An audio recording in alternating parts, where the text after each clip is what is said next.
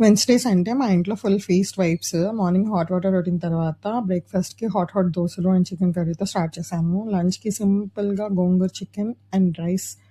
ఈ కాంబినేషన్ చాలా బావుంటుంది కదా!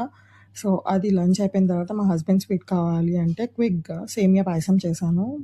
క్రీమీగా చాలా బావుంటుంది. చల్లారినా కూడా గట్టిపడదు. నేను చేసే సేమియా పాయసం అయితే ఫస్ట్ ఘీలోకి కాష్యూస్ ఫ్రై చేసుకొని పక్కన పెట్టుకోవాలి. తర్వాత సేమియాని కూడా గోల్డెన్ బ్రౌన్ వచ్చే వరకు రోస్ట్ చేసుకొని పక్కన పెట్టుకున్న తర్వాత నేనైతే దీంట్లోకి బెల్లం యాడ్ చేస్తున్నాను. బెల్లం ప్లస్ వాటర్‌తో కుక్ చేసుకున్నాను.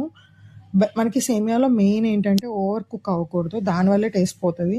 సో, పర్ఫెక్ట్‌గా కుక్ అయిందా లేదా అని చెక్ చేసుకోవాలి.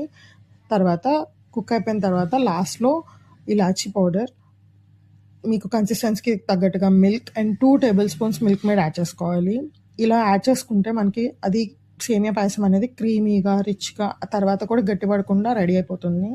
మాకిక్కడ నైట్‌కి వర్షం పడుతుందనమాట. సో, రంజాన్ సీజన్ కాబట్టి మటన్ హలీం తెచ్చుకొని ఫినిష్ చేసేసాం. ఇలా మా వెన్స్‌డే సింపుల్‌గా స్టార్ట్ అయిన వెన్స్‌డే ఫీస్ట్‌లా ఎండ్